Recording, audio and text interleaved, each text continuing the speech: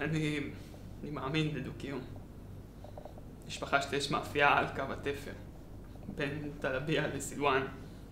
באים אלינו חרדים, באים אלינו ערבים, כולם אנחנו מוכרים. ככה המשפחה שלנו מתנהלת כבר שנים. התנהלה. עד שאבא שלי נפטר. אני ירשתי את העסק ויעלי, אחותי הקטנה, גידלתי אותה מאז שהייתה תינוקת. תמיד אני אמרתי לה, תקחי את החופש שלך, תהיי חברה של מי שאת רוצה. ומצד שני, אל תשכחי את הכבוד. את הכבוד של המשפחה, את הכבוד שלך. לפני כמה ימים היא התחילה לצאת עם איזה בחור מסילואן. ואני לא אמרתי לה כלום. לקח אותה עם עוד איזה בחור. נתנו לשתות וודקה, ניסו לזיין אותה. מי לא נתנה להם. פוצצות. שפרו לה את האף. הסגרו לה את הלסת. היא מנסה לבכות. כואב לה.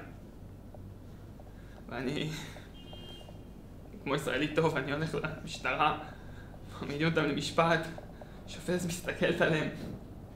כאילו הם כלבים שעשו נעל. לתת להם שנה מאסר על תנאי. על תנאי! אני יוצא החוצה, אני רואה אותם, מעשנים סיגריה, מחייכים אליי. ידעתי שאם אני רוצה שהם באמת ישלמו על זה, זה רק אם אני אבוא אליך, אמר ליאון. מה אתה רוצה שאני אעשה?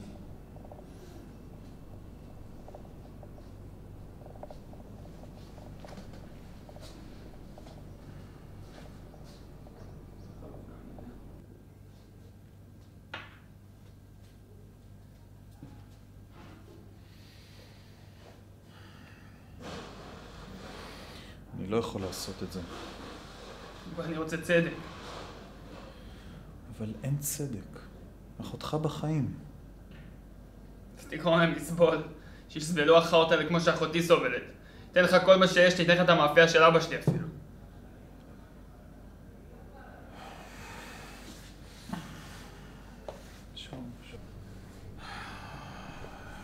ז'ורנו.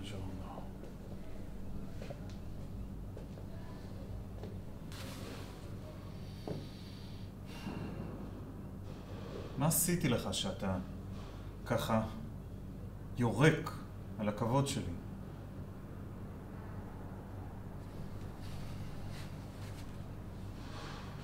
מעולם לא החלפת איתי מילה.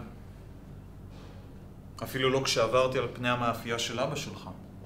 ועכשיו אתה בא ומבקש ממני צדק.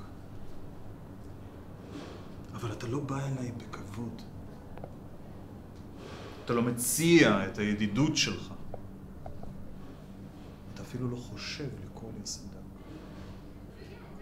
אם היית מציע את הידידות שלך, הנבלות האלה שפגעו באחותך היו סובלים מהיום. ואם במקרה, ילד טוב שכמוך, היית מסגל לעצמך אויבים, אז הם היו הופכים להיות אויבים שלי. ואז יפחדו ממך. בתל-אביב או בסילואן. אז תהיה חבר שלי. סנדק.